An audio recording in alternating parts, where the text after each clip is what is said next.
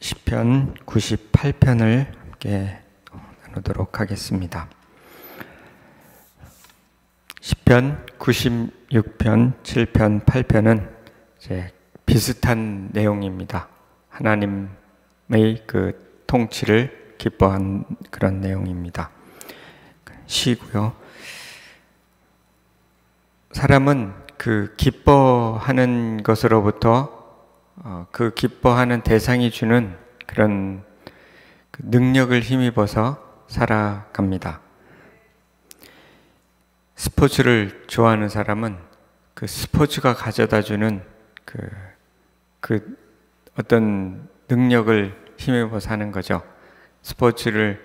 근데 예를 들면 야구를 좋아하면, 특별히 여기 사는 분들은 이제 다저스 팀을 좋아하잖아요.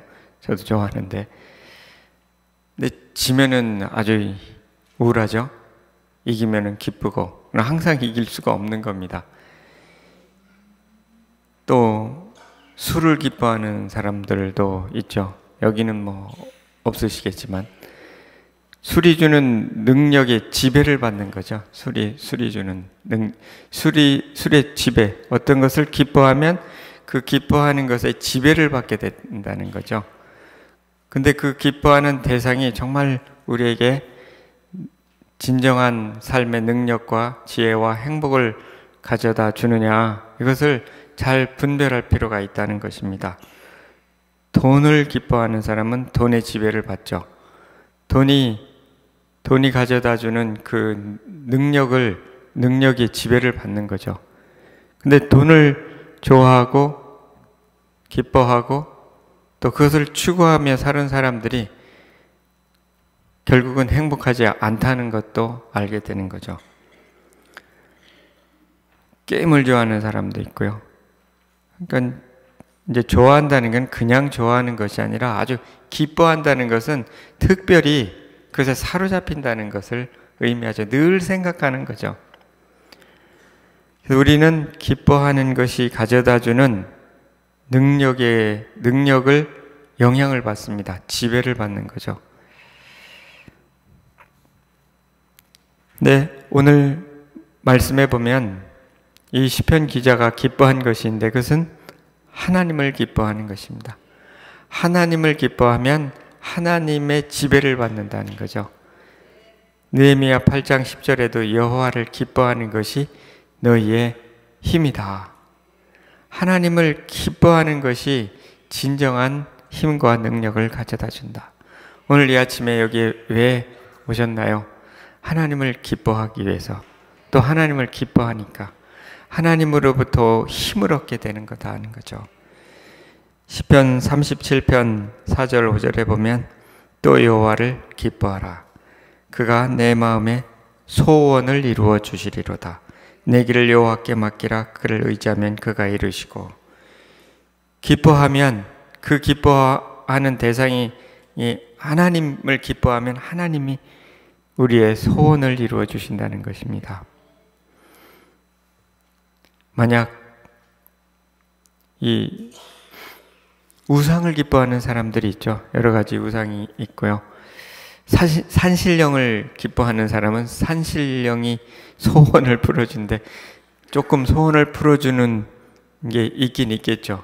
그러나 모든 신유에 뛰어나신 하나님을 기뻐할 때 그분이 우리의 소원을 주시는 것과 산신령이 주는 것과는 비교할 수도 없다는 거죠. 사실 우상은 헛것이라 그랬잖아요. 그 길을 하나님께 기뻐함으로 맡기면 그가 이루어 주신다는 거죠. 우리의 인생을 하나님께 맡기게 된다면 그분이 우리의 길을 인도하시는데 참 하나님이시고 전능하신 하나님이시고 선하신 하나님께서 우리의 길을 생명의 길로 인도하신다는 것입니다. 그래서 오늘 말씀해 보면 시편 기자가 하나님을 어떻게 기뻐했는가, 어떤 하나님을 기뻐했는가 하는 것을 알 수가 있습니다. 오늘 시편 98편에서 나오는 이 어떤 하나님을 기뻐했는가 하는 것을 알 수가 있는데, 첫 번째는 구원자이신 하나님을 기뻐했다 하는 것입니다. 1절에 3절 보면 새 노래로 여호와께 찬송하라. 그는 기이한 일을 행하사 그의 오른손과 거룩한 팔로 자기를 위하여 구원을 베푸셨음이로다. 여호와께서 그 구원을 알게 하시며 그의 공의를 문 나라의 목전에서 명백히 나타내셨도다. 그가 이스라엘의 집에 베푸신 인자와 성실을 기억하셨으므로 땅끝까지 이르는 모든 것이 우리 하나님의 구원을 보았도다. 지금 이 시편 기자는 하나님의 구원이 얼마나 놀라운지 그것을 노래하고 있는 것입니다. 새 노래로 이 구원의 하나님을 찬송하라 하는 것입니다. 왜냐하면 그분께서 놀라운 일을 이루셨다는 거죠. 구원을 이루신 것을 말씀하죠. 그래서 보면은 이 어떤 구원의 하나님을 또 찬양하냐면 놀라운 일을 행하신 그 구원의 하나님을 찬양하라고 말씀하고 있습니다. 그 오른손에 거룩한 팔로 구원을 베푸셨고요. 문 나라 목전에 명백히 나타나셨다. 이 말씀을 아마 이스라엘을 애굽에서 건져내신 것을 염두에 두고 한 노래가 아닌가 생각이 되는데요. 이스라엘 민족이 애굽에서 그 압제를 당하던 애굽 땅에서 이제 홍해 바다를 건너서 이제 가나안 땅으로 들어가기 위해서 이제 광야로 들어갔습니다. 홍해를 건널 때 물기둥이 양쪽에 물이 갈라졌잖아요. 그리고 뒤에 쫓아오는 애국 군사들이 다 물속에 이제 들어가고 그 이스라엘 백성은 육지로 끝까지 해서 다 건넜다는 거죠. 이것을 문나라 백성들이 다 알았던 거죠. 그래서 기생 라합이 이제 이것을 그 정탐꾼들에게 이야기하잖아요. 자신이 알고 있는 하나님은 바로 그런 하나님인 거죠. 많은 나라의 백성들이 보는 앞에서 이스라엘 백성을 보호하셔서 이제 건져주신 거죠. 이것이 구원하시는 하나님이죠. 애굽으로부터 구원하셨던 것. 이 하나님을 찬양. 이스라엘 백성의 역사 속에 이런 일들이 늘 있었던 거죠. 큰 사건들 중에 출애굽이 있었고요. 그 다음에 바벨론 포로에 70년 동안 그들이 바벨론 포로에 있다가 하나님께서 놀라운 방법으로 다시금 돌아오게 하신 것, 그것이 또한 구원이었습니다. 이것이 정말 기이한 일이라는 거죠. 사람으로서는 도저히 생각할 수 없는 일이고요. 어떤 다른 우상이나 신들이 할 수 없는 그런 일들을 하셨던 그 구원의 하나님, 그 하나님을 찬양하라는 거죠. 우리에게는 우리가 영원히 죽을 수밖에 없는 우리의 인생들인데 예수 그리스도를 통해서 영원한 생명을 얻게 하신 그것을 기억하며 늘 기뻐하고 찬양하라는 것입니다. 예수 그리스도를 이 땅에 보내셨고 십자가에 못 박혀 죽게 하시고 그리고 부활케 하셨던 하나님, 그리고 그를 믿는 자마다 영원한 생명을 얻게 하고 하나님의 자녀가 되게 하시고 그리고 이제는 하나님과 날마다 교제할 수 있는 그 성소와 지성소 사이에 있던 휘장을 찢으셔서 언제든지 주님 앞에 나아가서 기도하게 하시고 또 은혜의 보좌 앞에 나가서 긍휼하심을 받고 때를 따라 돕는 은혜를 얻게 하시는 하나님의 자녀된 권세를 주신 것, 이것이 얼마나 놀라운가. 이것을 날마다 기억하고 또 기뻐하고 또 감사하고 찬양하라는 것입니다. 우리는 우리에게 베푸신 그 구원의 그 놀라운 일들을 얼마나 기억하고 감사하고 찬양하나요? 어떤 일보다도 가장 큰 일이 우리를 구원하신 겁니다. 우리를 영원한 형벌에서부터 또 건져주신 거죠. 영원한 생명으로 건져주신 것. 그것을 생각하면 기뻐하지 않을 수가 없는 거죠.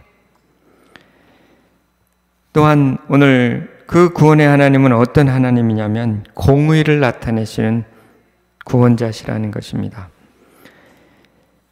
2절에 여호와께서 그의 구원을 알게 하시며 그의 공의를 문나라 목전에 명백히 나타나셨다. 하나님의 구원 속에는 공의가 담겨 있다는 것입니다. 공의. 이스라엘 사람들이 그 억울하게 애굽의 바로 왕 밑에서 정말 노예의 삶을 살았죠. 그 노예의 삶에서 벗어나게 하신 것은 하나님의 공의가 담겨 있는 것입니다. 하나님은 공의의 하나님이시거든요. 다 보시는 거거든요. 그래서 하나님 나라의 그 기초가 공의라고 성경은 말합니다. 시편 86편 14절 의와 공의가 주의 보좌의 기초라. 인자함과 진실함이 주 앞에 있나이다. 의와 공의가 하나님 나라의 기초라는 것입니다. 하나님은 사랑이신데 그 사랑의 기초도 의와 공의가 사랑의 기초라는 거죠. 하나님의 다스림 속에는 항상 공의가 있다는 것입니다. 그 하나님의 통치를 따라 살면은 하나님의 그 공평하심을 늘 경험하면서 살아간다는 것입니다. 쉽게 얘기해서 불의한 일을 바로잡으시는 거죠. 우리의 삶을 보면 역사 속에서도 그렇고 우리의 삶 속에서도 보면 하나님께서 당장 보여주진 않으시지만 결국은 공의가 승리하게 하신다는 거죠. 예수 그리스도께서 십자가에서 그 모든 의의를 다 이루셨습니다. 그 십자가 안에 공의가 담겨 있는 거죠. 예수 그리스도를 믿고 하나님을 의지하는 거죠.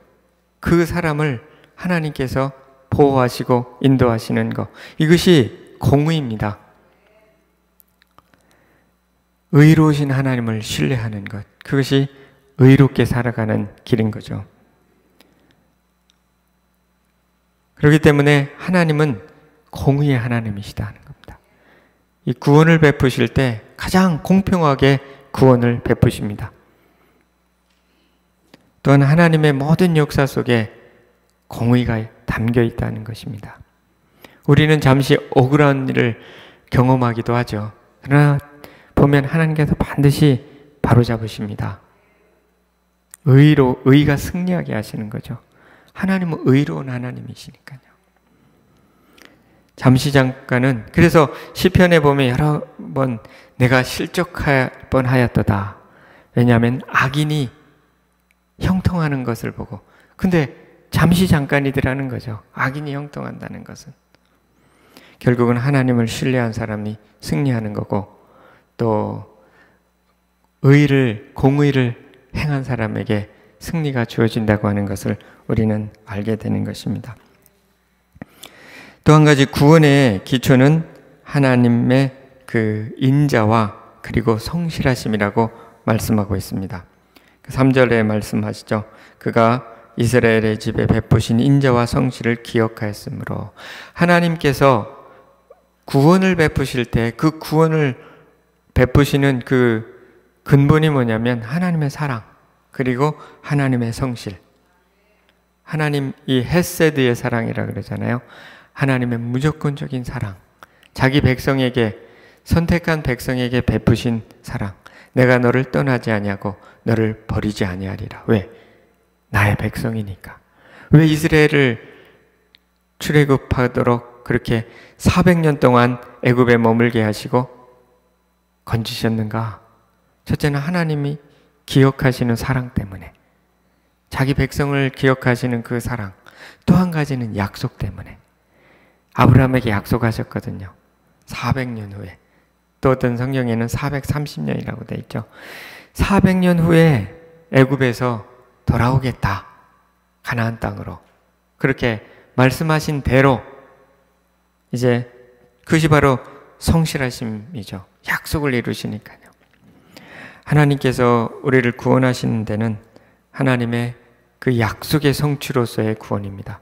예수 그리스도를 이 땅에 보내신 것도 구약에 수없이 많은 약속을 하시죠. 선지자를 통해서 하고요. 창세기 3장부터 약속하시고 그 약속하신 것을 이루신 것이죠.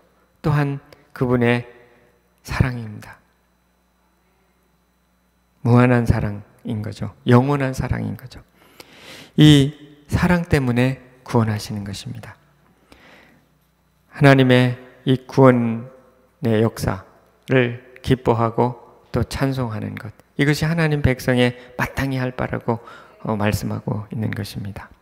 오늘도 그 무엇보다도요, 하나님을 찬양해야 될 이유는 구원의 하나님, 그분의 사랑, 그분의 성실하심입니다.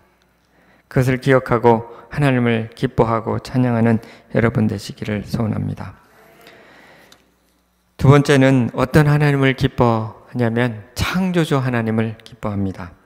4절에서 8절 보면 온 땅이여 여호와께 즐거이 소리칠지어다. 소리내어 즐겁게 노래하며 찬송할지어다. 수금으로 여호와를 노래하라. 수금과 음성으로 노래할지어다. 나팔과 호각 소리로 왕이신 여호와 앞에 즐겁게 소리칠지어다. 바다와 거기 충만한 것과 세계와 그 중에 거주하는 자는 다 외칠지어다. 여호와 앞에서 큰 물은 박수할지어다. 산악이 함께 즐겁게 노래할지어다. 지금 여기 보면은 이 땅이 즐겁게 노래하고 있습니다. 또 바다가 노래하고 있습니다. 큰 물이 박수를 하고 있습니다. 산이 즐겁게 노래하고 있습니다. 어떻게 땅과 바다와 산이 노래하는 거 들어보셨습니까? 막 바다가 노래를 하고요, 박수도 친다는 거예요. 땅이 노래한다. 이게 무슨 뜻일까요? 좀 이해하기 어려운데 산이 막 노래를 하는 거예요. 무슨 산이 있나요? 막 백두산이 노래하고요, 한라산이 막 노래를 하는 거는 처음 들어보는데요. 이게 무슨 뜻일까요? 그것이 온 자연이 회복이 됐을 때 그 아름다운 모습이 아닌가. 로마서 8장에 보면 피조물이 탄식한다 그러거든요. 이 죄악 때문에 이 피조물이, 환경 자체도 신음하고 탄식하는 겁니다. 예를 들면 그 IT 선교한 영상 보셨나요?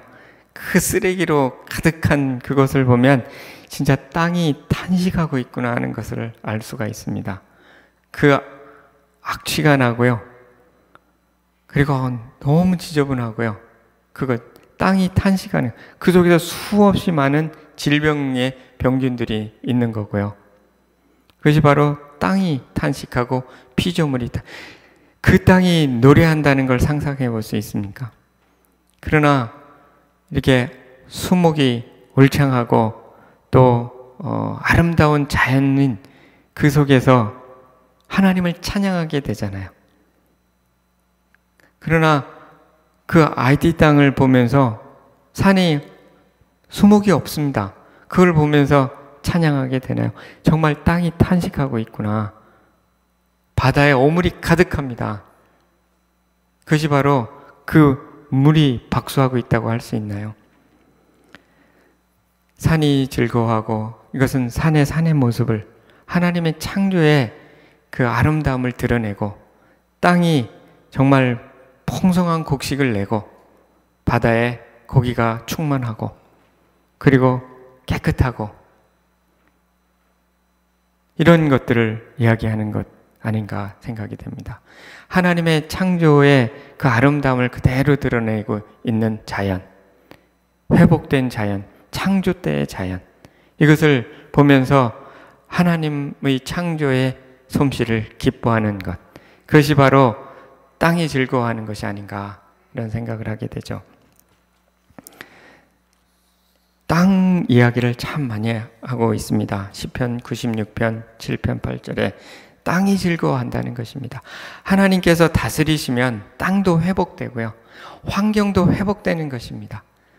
우리의 영혼이 회복될 뿐만 아니라 온 피조물이, 사람물 뿐만 아니라 자연도 회복이 되는 거죠. 창조의 원래 목적을 다 그 기능을 하는 거죠. 땅은 땅의 기능을 하고 바다는 바다의 기능을 하고요. 그 아름다움을 드러내고요. 그것이 노래하고 있는 거죠. 그래서 우리는 창조하신 하나님, 온 우주 만물을 창조하신 그 하나님을 바라보며 또한 기뻐하고 감사하고 찬양해야 될 줄 믿습니다. 전도서 12장 1절에도 보면요, 너는 청년의 때에 너의 창조주를 기억하라. 창조주 하나님을 기억하고 기뻐하라는 거죠. 청년의 때, 아직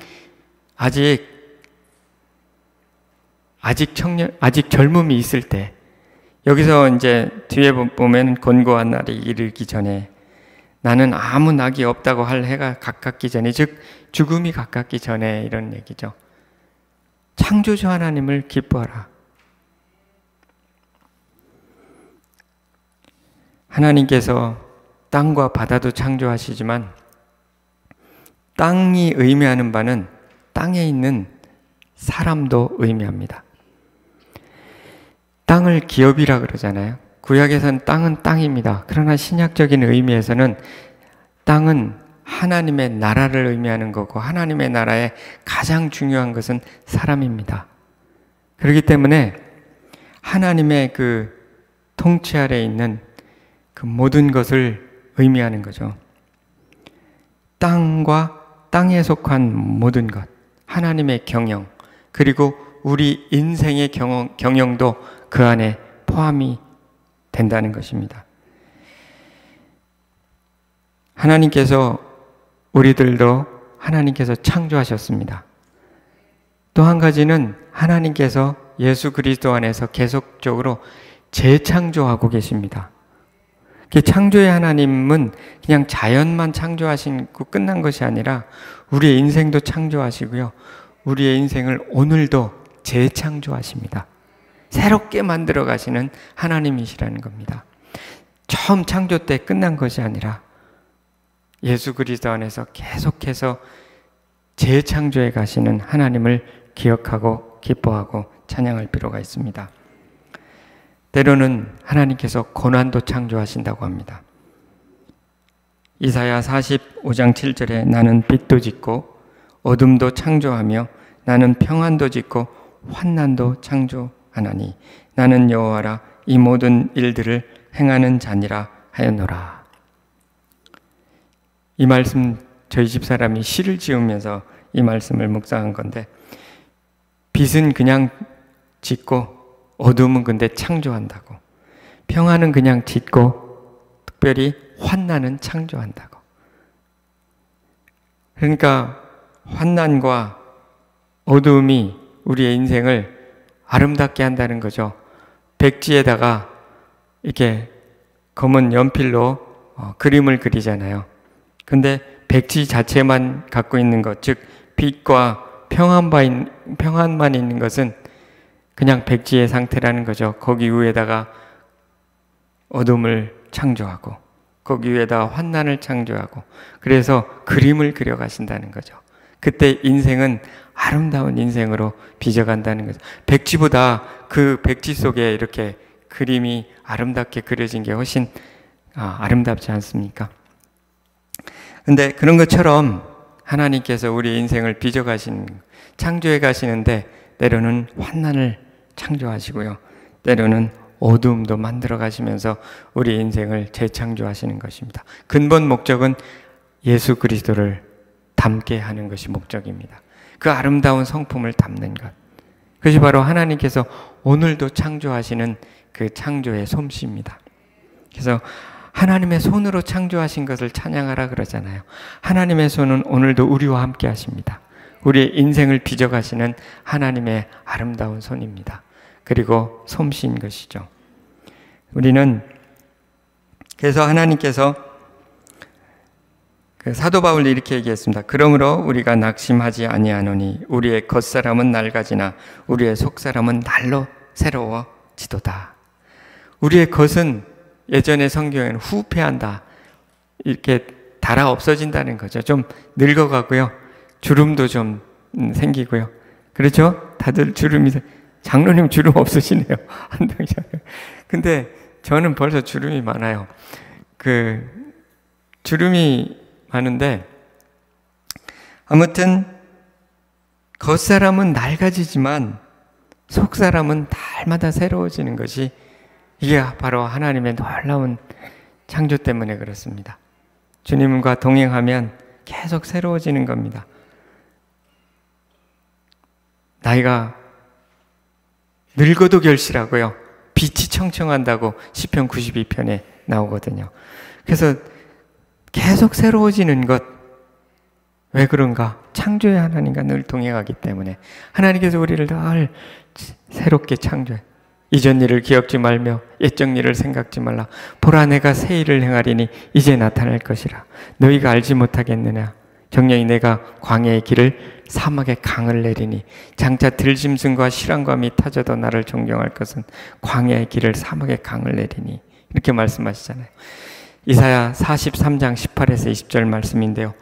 오늘도 여전히 새 일을 행하시고 새로운 일을 행하신다는 겁니다. 우리 인생 속에 새로운 일을 행하시고요, 그리고 우리 교회 안에도 새로운 일을 행하고 계십니다.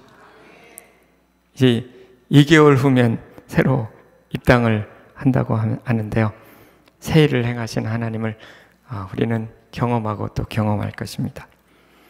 이와 같이 창조의 하나님은 오늘도 우리의 삶을 창조하시고요, 자연만 창조하시는 것이 아니라 결국은 하나님께서 모든 것들을 회복시켜 가고 계신다. 그 하나님을 찬양할 필요가 있다, 기뻐하나 하는 것입니다. 창조의 하나님을 기억하고 기뻐하시는 여러분 되시기를 소원합니다. 세 번째는요, 심판주 하나님을 찬양하라는 거죠. 9절에 보면 그가 땅을 심판하러 임하실 것이미로다. 그가 의로 세계를 판단하시며 공평으로 그의 백성을 심판하시리다. 하나님께서 임하셔서 심판을 하신다는 겁니다. 의로 세계를 판단하시고 공평으로 백성을 심판하신다는 겁니다. 하나님은 심판하시는 분입니다. 사랑의 하나님이여 심판을 분명하게 하십니다. 구약에도 보면 이스라엘 역사 속에서 하나님께서 분명하게 의로 백성을 심판하시잖아요. 거짓말하고 또 악을 행한 사람은 결국 멸망하잖아요. 다윗의 삶 속에서도 그게 나타나고요. 또 이스라엘의 역사 속에서도 나타나고, 하나님은 임하셔서 어느 순간 임하셔서 재판관이 되셔서 재판을 하십니다. 바로의 군대는 물속에 쳐놓고요, 이스라엘 백성을 건져내시고요, 그리고 다윗과 사울의 싸움에서 분명히 다윗의 손을 들어주시는 하나님이셨던 것이죠. 마찬가지로 이 심판은 분명하게 일어나고 오늘도 일어나고요, 결국은 하나님의 심판은 예수 그리스도께서 오실 때 분명하게 나타난다는 거죠.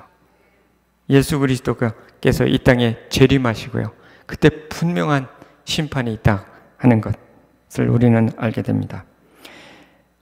마태복음 25장에 보면은 25장 41절에 또 왼편에 있는 자들에게 이르시되 저주를 받은 자들아 나를 떠나 마귀와 그 사자들을 위하여 예비된 영원한 불에 들어가라.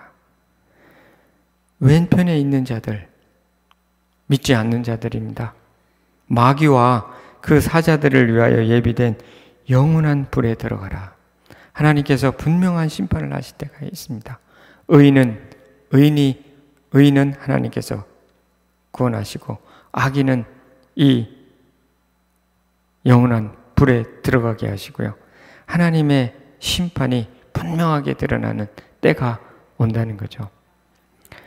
매일매일의 삶 속에서도 이런 심판을 하시지만 예수님께서 재림하실 때 이런 심판이 나타나는 것입니다. 의인은 의인의 가는 길을 가는 거고요, 의인의 길은 여호와께서 인정하시나 악인의 길은 어떻게 해요? 망하리로다. 시편 1편 6절의 말씀입니다. 의인은 의인의 길을 가게 하시고요, 악인은 악인의 결말을 보게 하신다.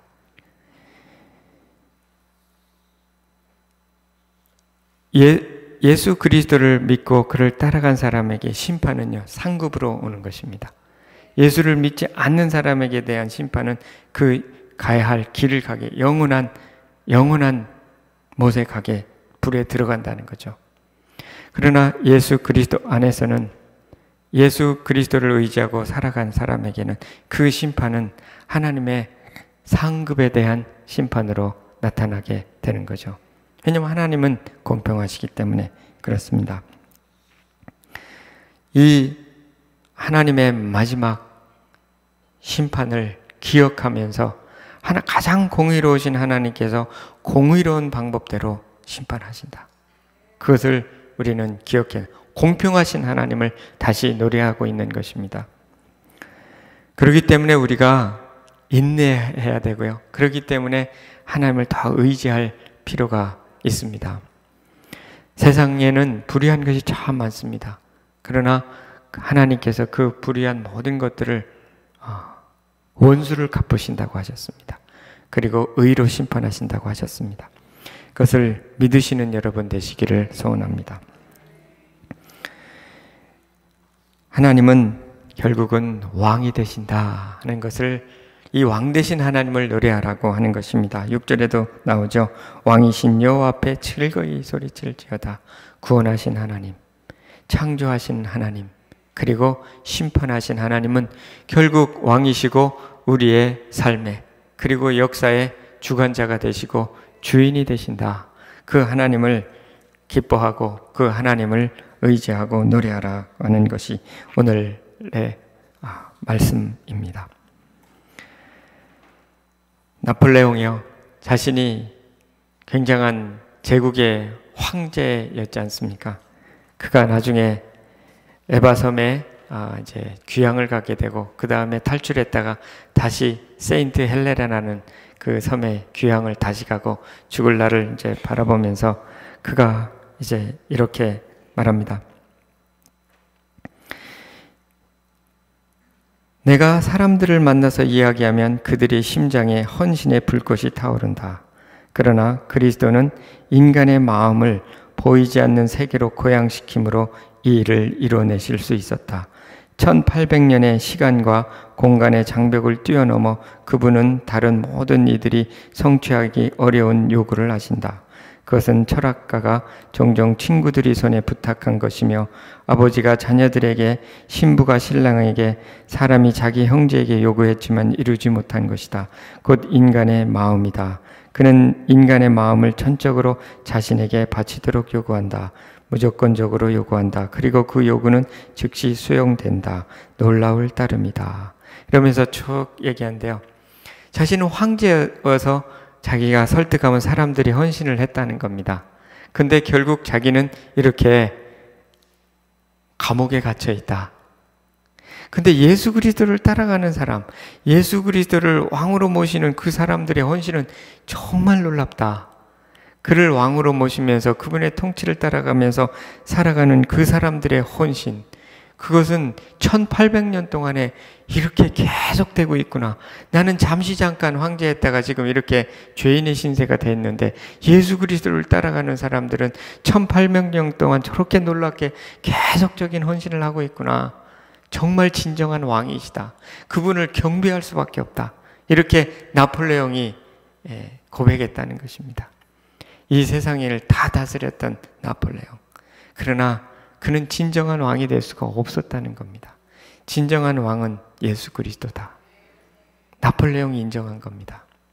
우리들의 왕은 영원한 왕이시고 그리고 우리를 영원한 생명을 주신 구원자시고 그리고 창조주 하나님이 되시고요. 지금도 우리를 창조해 가시고요. 그리고 마지막 심판하실 하나님이시다. 공평으로 그 백성을 심판하실 그 하나님, 그 하나님을 의지하고 그분을 기뻐하는 것은 마땅한 것이다. 우리들의 삶 속에 진정한 공의를 이루시고 그분의 사랑 속에 우리를 진정한 행복을 누리며 살게 하실 분은 예수 그리스도시다 하는 것입니다. 그분을 기뻐하시기 바랍니다. 여호와를 기뻐하는 것이 너희의 뭐라고요? 힘이라고. 우리의 능력은 그분을 기뻐하고 그분을 예배하고 경배하는 데 달려있다고 오늘 말씀하고 계십니다. 하나님의 백성을 삼으시고 자녀를 삼으신 그 하나님을 기뻐하는 여러분 되시기를 소원합니다.